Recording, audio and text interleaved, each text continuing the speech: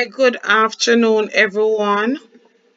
Today we'll be looking on communication in the hospitality industry as it relates to work with colleagues and customers. All right. Now the learning objectives for this video. This video may be a little bit lengthy, but I hope that it will assist you. We'll be looking at definitions and process of communication, standards of personal presentation, communication across diverse cultures, identifying and overcoming barriers, effective service methods, understand internal and external customers, handling conflicts and complaints. Now, what is communication? Communication is a two-way process of sending and receiving messages. It's the act of transferring information from one place, person, or group to another.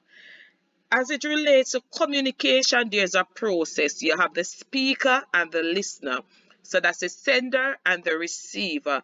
You have a message, and there must be a feedback in order for the communication process to be completed. The reason for the feedback is to ensure that the message was understood by the receiver in its intended manner. You don't want any miscommunication. There are always barriers to communication, and barriers to communication are factors that impede the effective exchange of information, potentially leading to misunderstandings, errors, and inefficiencies.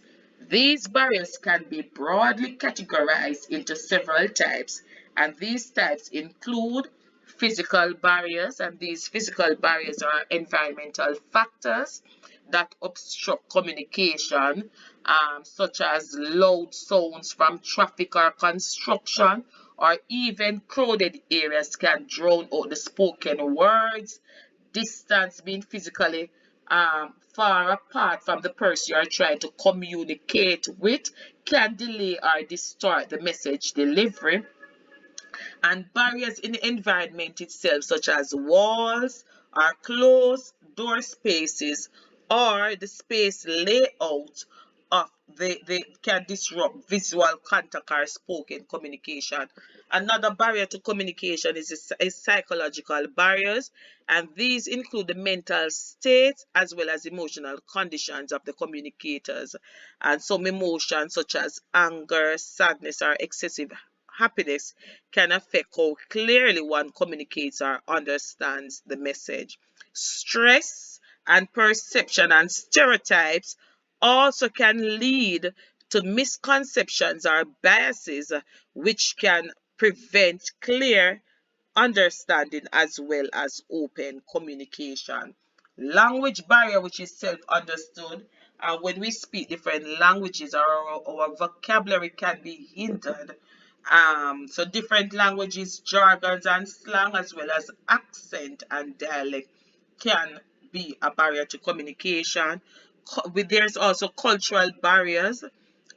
Variation in the cultural background can influence communication styles as well as perception. Organizational barriers in terms of the hierarchy. This relates to the structure of the organization. It can restrict communication and or even hinder the effectiveness in terms of hierarchy, complexity in the organizational structure, or just the physical layout. There can also be technological barriers, um, poor internet connection, malfunctioning computers can prevent message from being sent or received, and sometimes over reliance on technology, excessive use of emails or texts, as well as other digital forms of communication, can reduce personal interactions, which are often necessary for more nuances or sensitive communications. Now, another barrier is interpersonal barrier, and this has to do with the individual differences can impede communication between people, such as lack of trust. If there is lack of trust between communicators, message may not be open or received or appropriately act upon. Poor listening skills, not listening effectively, can cause important details to be missed or misunderstood, assumptions as well as jumping to conclusions um, can can result in preconceived notion rather than actual if evidences.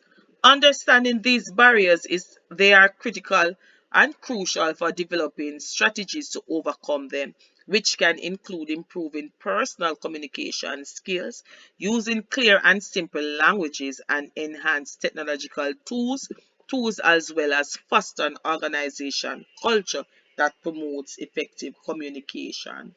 Now we're going to be looking at understanding customers.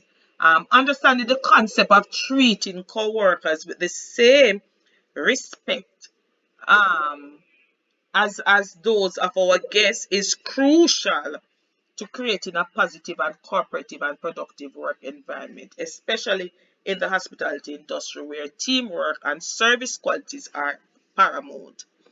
Now, I'm going to give you a detailed explanation of why this approach is beneficial and how it can be implemented. But before I do that, there are two types of customers. You have your internal customers and your external customers. Your internal customers are your colleagues, the person that you work with in the business, your supervisors, your co-workers, etc. Your external customers are your guests and your suppliers. Why should you treat co-workers like guests? Number one, it enhances team spirit. Respect fosters mutual trust and cooperation among team members. When employees feel valued and respected by their peers and supervisors, they are more likely to collaborate effectively and support one another. It also improves service quality. The hospitality industry thrives on excellent customer service. When staff members treat each other well, this behavior naturally extends to how they treat their guests. A happy and well coordinated team can provide better service, leading to higher guest satisfaction. It also reduces workplace conflicts. Respectful communication reduces misunderstandings and conflicts among staff. By addressing each other courteously and professionally, employees can more effectively resolve issues and maintain a peaceful work environment. It also encourages professionalism. Treating co-workers respectfully helps to maintain a professional atmosphere in the workplace. It sets a standard of behavior that discourages petty dispute and encourages a focus on quality and service. And it also boosts employee morale and retention. Employees are more likely to feel satisfied and valued in their jobs when they are treated well. This can lead to lower turnover rates, including the cost and disruption associated with recruiting and training new staff. All right, so it is important to treat your staff members, your co-workers, supervisors, the ones that you supervise, treat them well. It builds that team camaraderie, and it makes persons just feel at home and respected and valued, and therefore they will treat each other well and do their work even better. All right, so how do you treat your co-workers with respect given to guests? Be polite, be courteous, recognize and appreciate your co-workers as well as the persons that you supervise. Fair treatment, be fair to all. Support and assist where necessary. If you notice that someone is overwhelmed, offer assistance. Ensure that there are professional boundaries. Maintain professionalism in interaction, just as how you would with the guests. This includes respecting your co-workers' personal space, avoiding inappropriate jokes or comments, and maintaining confidentiality. Another way is providing feedback and communication. Your staff want to know if they're doing well, if there are areas that they need to improve, and not only that, but colleagues, you can also commend your supervisors. Let them know that they're doing a very good job. They're your supervisors, your managers, and provide support when necessary. All right. Also, make sure that you, as a supervisor, as well as managers lead by example. Now, who are our guests? Our guests are the individuals who use the hospitality services, such as staying in a hotel or dining at a restaurant. Their satisfaction is directly linked to the business success. If the guests are not satisfied, they will not want to return. No, it's important to understand your guest preferences and expectation. It is important to do so. All right. Personalized service. Ensure that the guest expectations are met in terms of quality and services. Ensure that the services matches or exceed the expectations set by the price point or the branding or past experience. So whatever you promote, make sure that it meets the guest expectation. Always have clear communication when it comes on to your guests. Provide clarity of information and establish channels for feedback so your guests can share their experiences or provide suggestions so that you can build the company. When it comes on to your guest, cultural sensitivity is important. Remember, we are all different. We all have cultural backgrounds. So understand the culture of your guests. This will impact their experience. If you need to provide cultural training, do so. If you need to provide linguists, do so. Um, Ensure that their experience are unique. Understand the trends that are there so that you can stay updated, especially in the hospitality industry where there is so much competition. Your personal presentation as housekeepers, as hospitality workers are important. Your uniform, your grooming, your hygiene must be at top standard at all times. Have that professional attitude, be respectful, be positive, be consistent, be reliable. um your attitude is important. Attitude when you're interacting with your guests. Be friendly and approachable. Have a helpful demeanor. These things enhances the guest experience. Be positive, be respectful, and I can't overemphasize the need to set professional boundaries. Even when the guest seems to be warm and friendly, do not cross that professional boundary.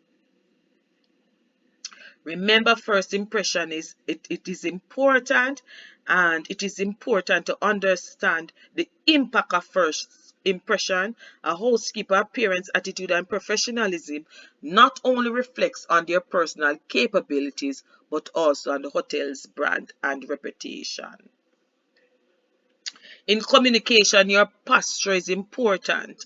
All right, your posture conveys your level of confidence and authority. A good posture, um it shows that you know what you're doing. For hotel staff, standing straight, avoiding slouching, and maintaining an open stance suggests attentiveness and readiness to assist when the guest is talking to you.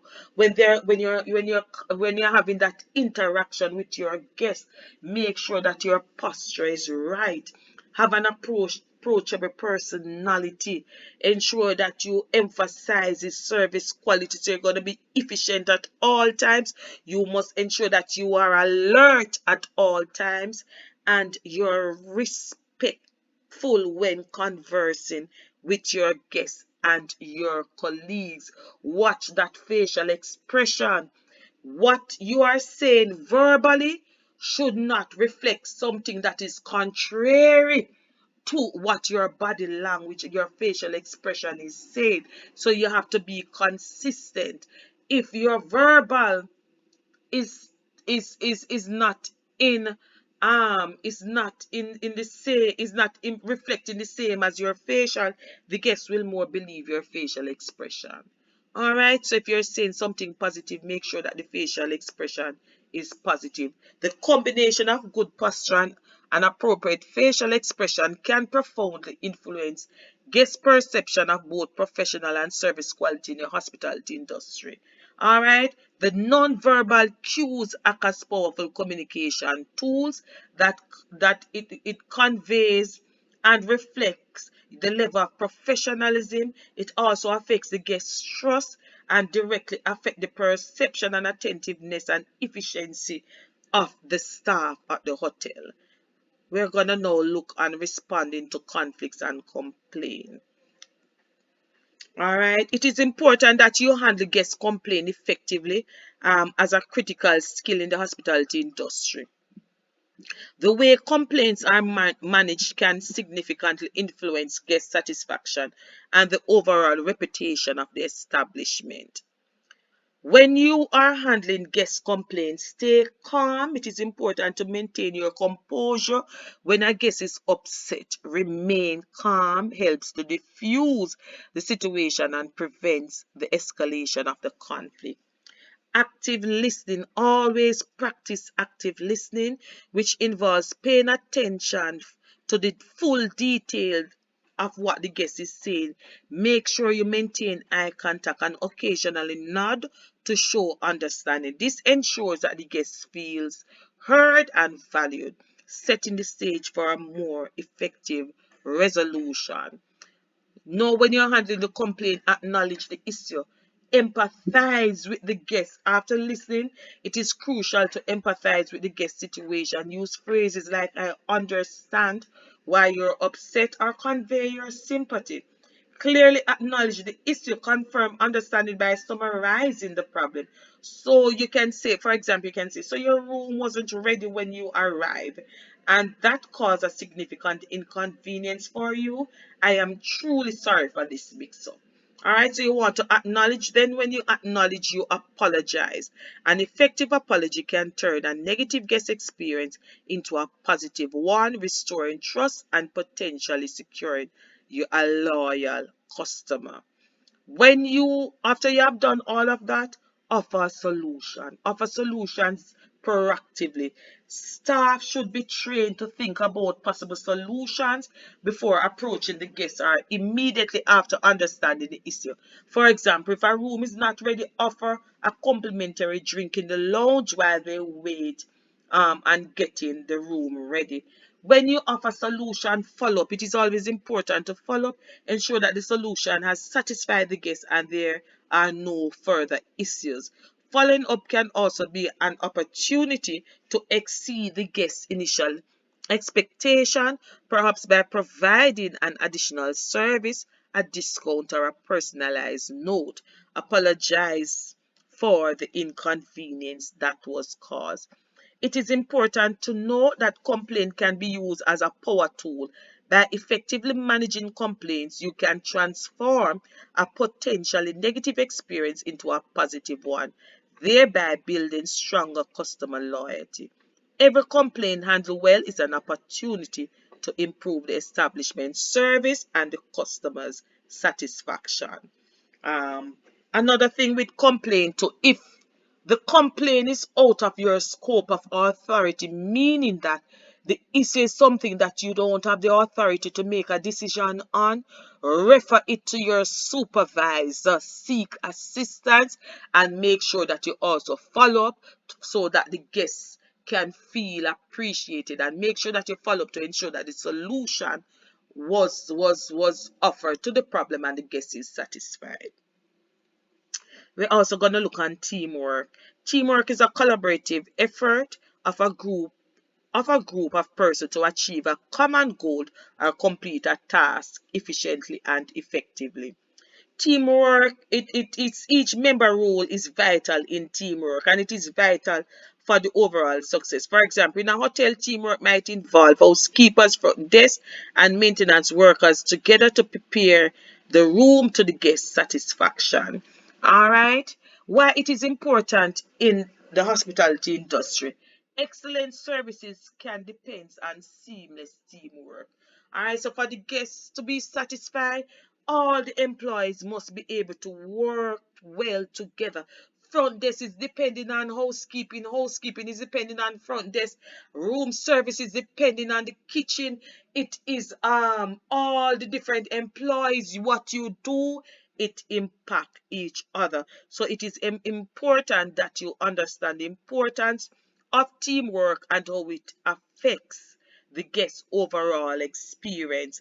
Um, Efficiency is important as it relates to teamwork. When staff work together effectively, tasks are completed faster with fewer errors, enhancing overall productivity. The key elements of effective teamwork, they are communication, trust, respect, role clarity. You must know what your role is in the team. There must be mutual respect among team members. There must be trust between the team members or among team members, and there has to be clear, honest, and timely communication of information. All right, another key element of effective teamwork is support. Team members should support each other, and help, offering help and encouragement. This creates a strong, cohesive team where everyone works together towards a common goal. The benefits of teamwork is that it enhances problem solving, it increases morale of the team, of the members, of the different staff, the co-workers. It also improves in skill development because what teamwork does, it allow employees to learn from each other, gaining new skills and improving existing one. And of course, it improves service quality. When team members work well together, they provide higher quality service. In conclusion, effective teamwork leads to a better guest experience, more efficient operation, and a more enjoyable work environment for staff. All right, closing off on culture now in communication. Culture is a set of social behaviors, norms, knowledge, beliefs, and custom that compasses individuals in a group. In the hospitality industry, understanding culture is crucial as we interact with guests from diverse backgrounds. Culture encompasses the ways of life that develop by different groups, including their language, traditions, and social norms. What is cultural diversity? Cultural diversity refers to the presence of a multicultural groups within a society or an organization, each with their own unique customs and traditions and perspective. Cultural diversity is about recognizing and valuing the differences in culture in the hospitality industry. This means understanding and respecting the varied background of both guests and staff, which can significantly enhance the quality of service and overall guest satisfaction. Now, there are different dimensions of diversity. You have age, ethnicity, physical ability, race, sexual orientation, educational background, family status, geographical location, income, language, lifestyle, as well as marital status. All right, there are some others in terms of political beliefs, religion, skills, thinking patterns, work background. All right, why cultural diversity is important in the hospitality industry? One, it enhances the ability to meet diverse guest needs and preferences, thereby ensuring guest satisfaction. It brings innovations that comes through new ideas and perspective. It helps to reach a wider range of clientele, and overall it helps with employee satisfaction, creating a more inclusive and harmonious workplace. Cultural diversity is crucial in the hospitality for several reasons. First, it improves guest satisfaction by allowing us to cater to a wider range, as I've just said, and preferences. It fosters innovation by introducing new ideas and perspective, as well as it reaches a wider clientele. The challenges of cultural diversity, because there are diversity, many times there are communication barriers, many times there are cultural misunderstanding. um, Cultural diversity can result in resistance to change. Staff may be resistant to adapting new cultural practices, and it can also lead to bias and prejudice. um, in identifying the issues that may cause conflict and misunderstanding in cultural diverse work environment. Poor communication, lack of patience, making judgment based on our own cultural values, the use of slang, speaking too quickly or quietly, not listening actively, not clarifying or asking question using offensive body language and gesture, inappropriate humor. These are things that can cause misunderstanding in a cultural diverse work environment. Now, how are you going to manage these diversity? First, there must be cultural training. Right, it is important to do so. Have training program for staff, so that they understand cultural dynamics and diversity. Have an inclusive policy. Implement policy that promotes respect and inclusivity. Multicultural staff. Ensure that you hire staff from different cultural background. Um, Ensure that you have provide an open channel to encourage feedback from both guests as well as staff as it relates to cultural issues. All right. When it comes on to cultural diversity, be culturally aware, be patient, do not discriminate, do not prejudice one culture to another. Try to understand the diversities, develop an appreciation for the differences, be respectful and tolerant, and do not believe that your culture is superior or the right way to another culture. We're going to go through some culture definitions. We spoke about cultural diversity, and that is is defined as acknowledging, understanding, and accepting, valuing and celebrating differences among people, being aware that there are different customs and diversity among people. Subculture is a culture within a culture. So you'll have a set culture, and then you'll have some breakaway culture in the main culture. So that is a subculture. Culture value indicate to the member of a culture that a behavior is right. It indicate to the member of a culture what behavior is right or wrong, acceptable or unacceptable to a group of people. Culture shock is when a person's response to a new culture in which the lifestyle is different from what the person is accustomed to. Prejudice, tolerance, or hatred. Um, Prejudice is intolerance or hatred of other races, and you have discrimination, which is showing of partiality or prejudice in treatment of others. In conclusion, cultural diversity is vital in the hospitality industry. It enhances guest experience, fosters innovation, and improves market reach. It also helps in terms of embracing cultural diversity that can lead to a more inclusive and successful establishment. I hope that there was some clarity. I will be doing some shorter videos on all of these topics so that it is not so much in one. All right, thank you for your patience and have a great day.